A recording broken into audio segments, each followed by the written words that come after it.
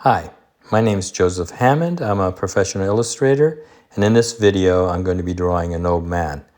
I'm going to be using a little bit of a different technique. I'm going to be using pastels on the first half, and then I'll be finishing it off with color pencils.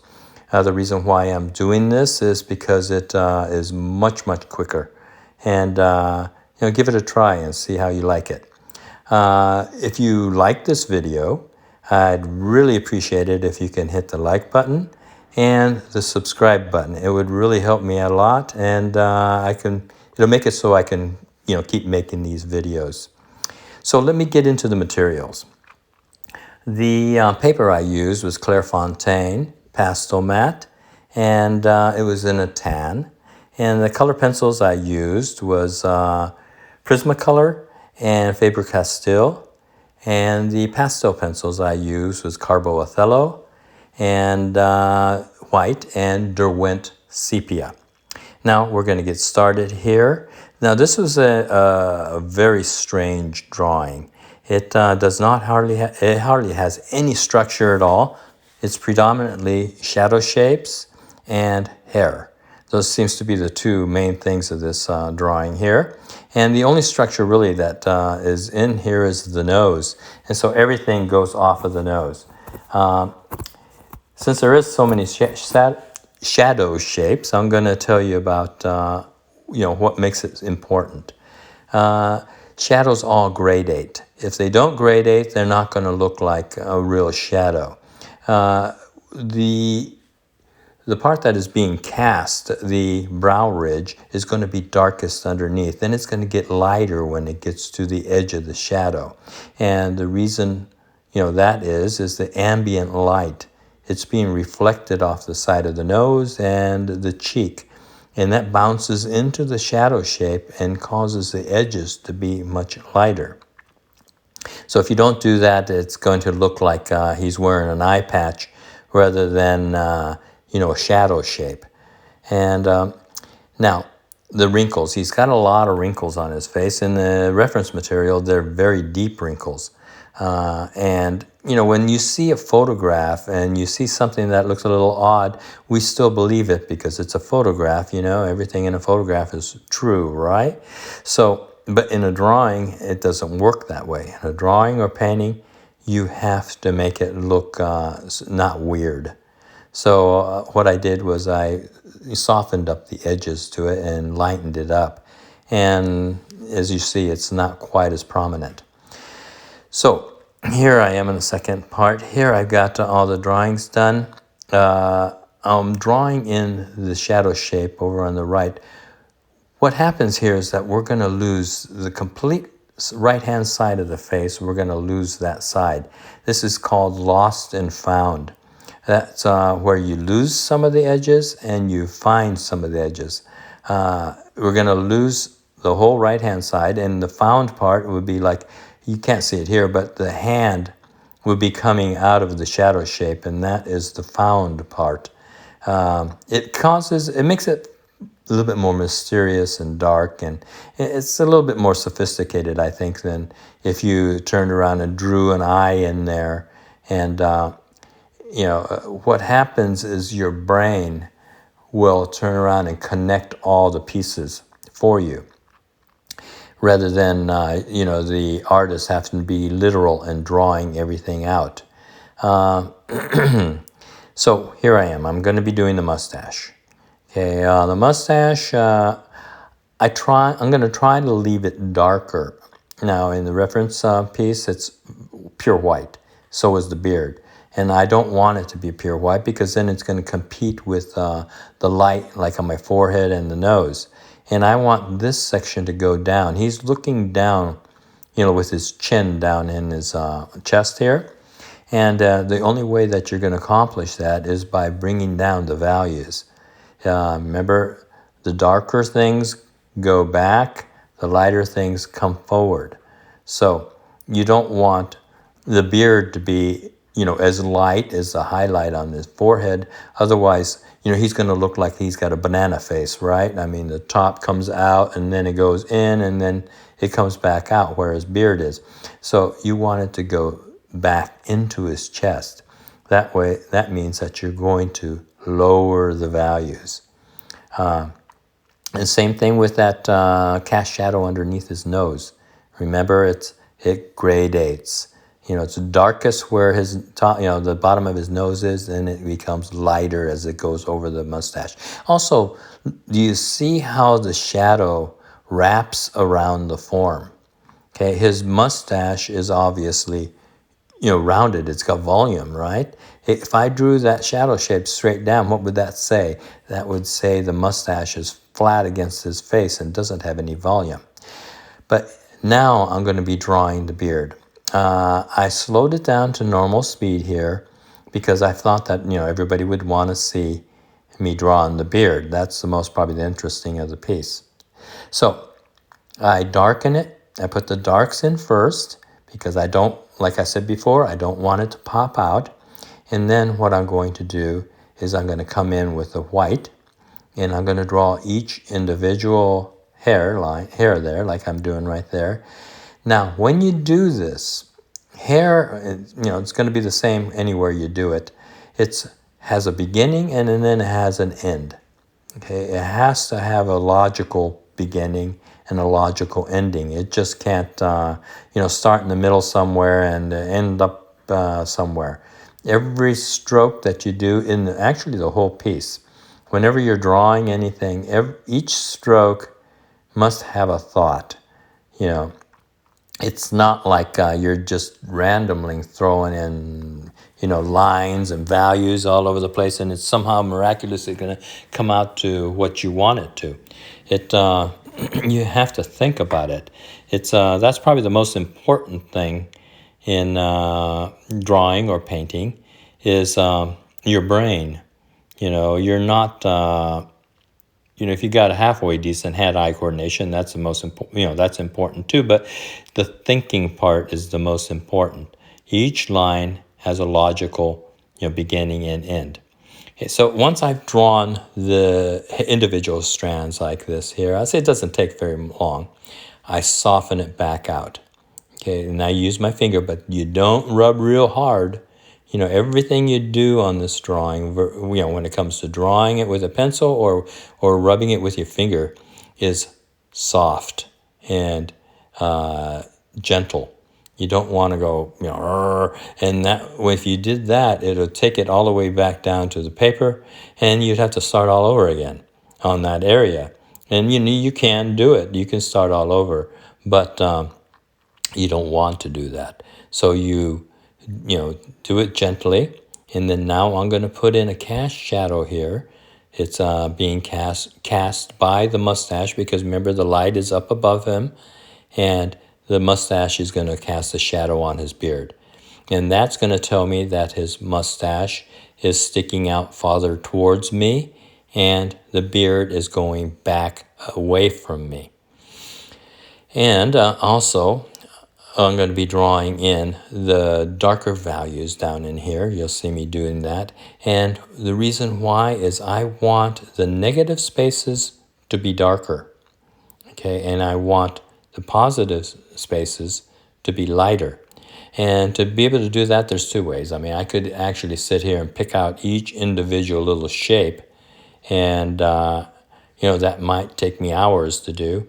Or I can lightly go over with a darker value, leaving the lighter shapes to be still seen there. And it's think of a negative shape and a positive shape as an English muffin, right? How they have little holes all over the English muffin? Those are your negative spaces. Your positive spaces are going to be the flat part of the English muffin. That's the same thing as your hair here. All the little holes there are your negative shapes, and the positive shapes are going to be the white strands of hair.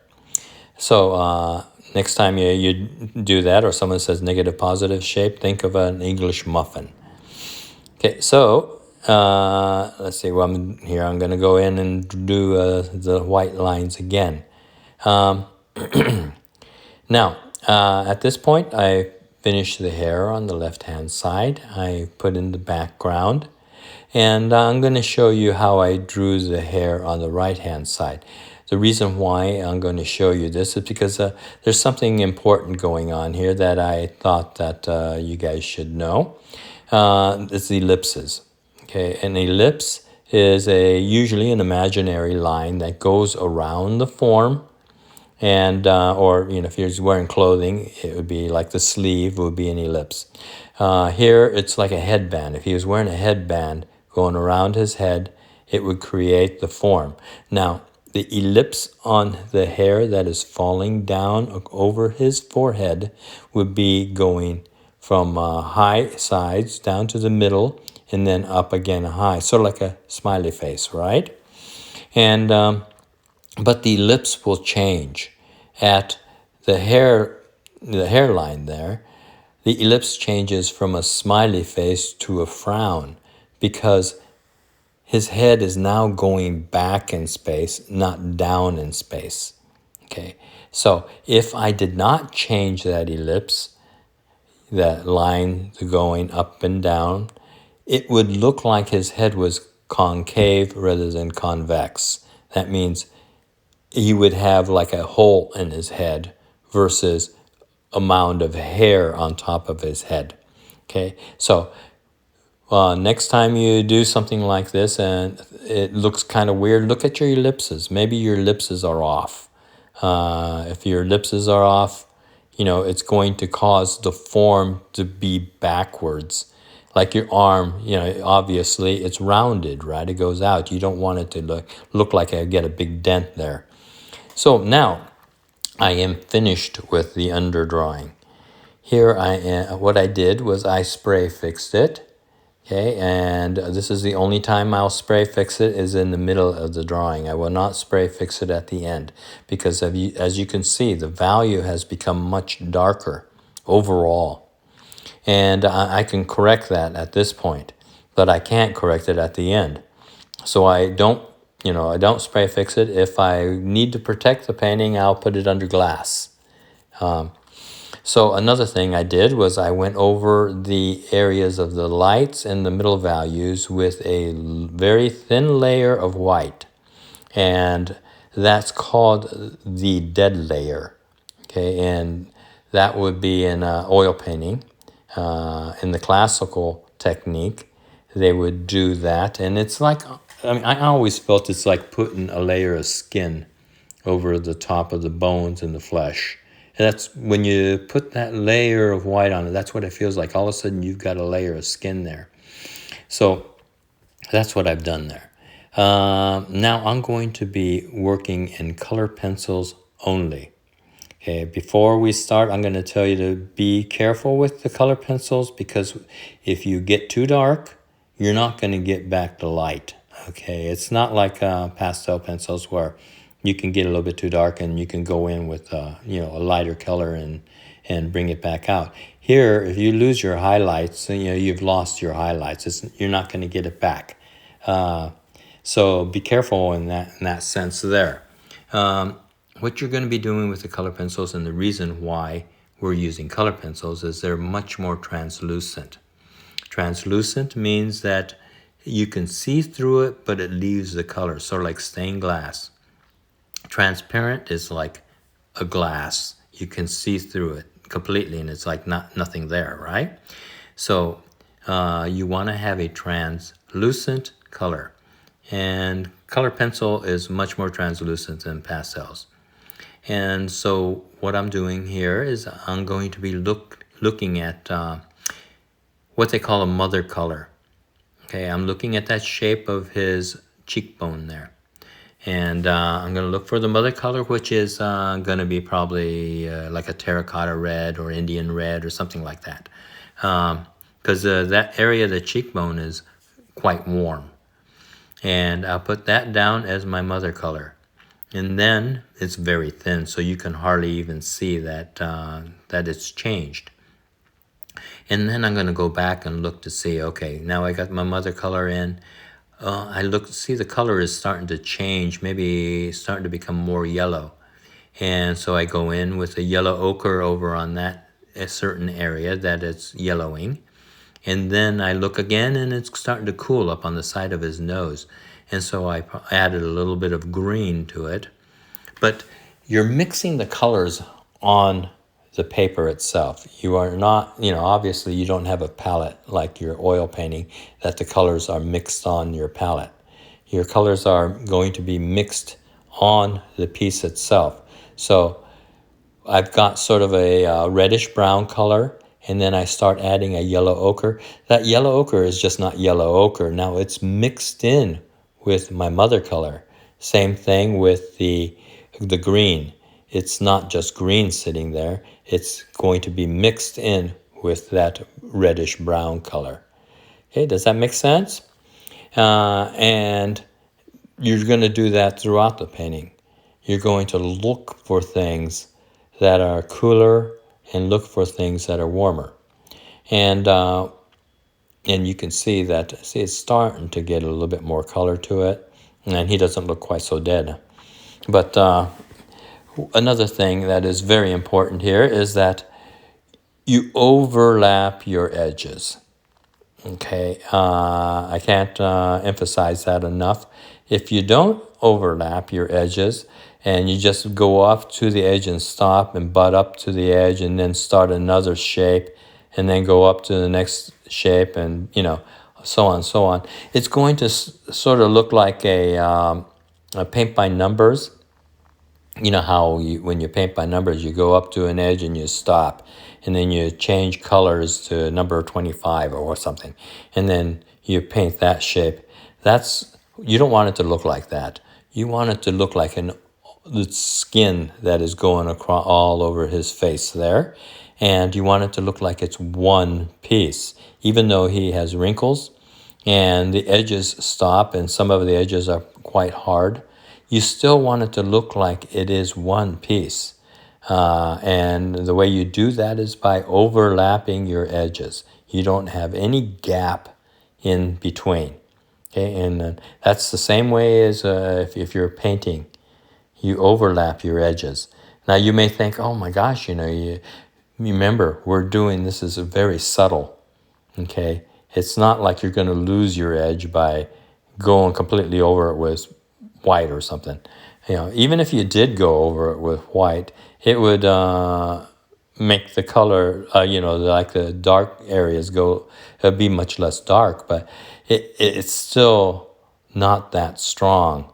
That's why we're using color pencils here versus the pastel pencils.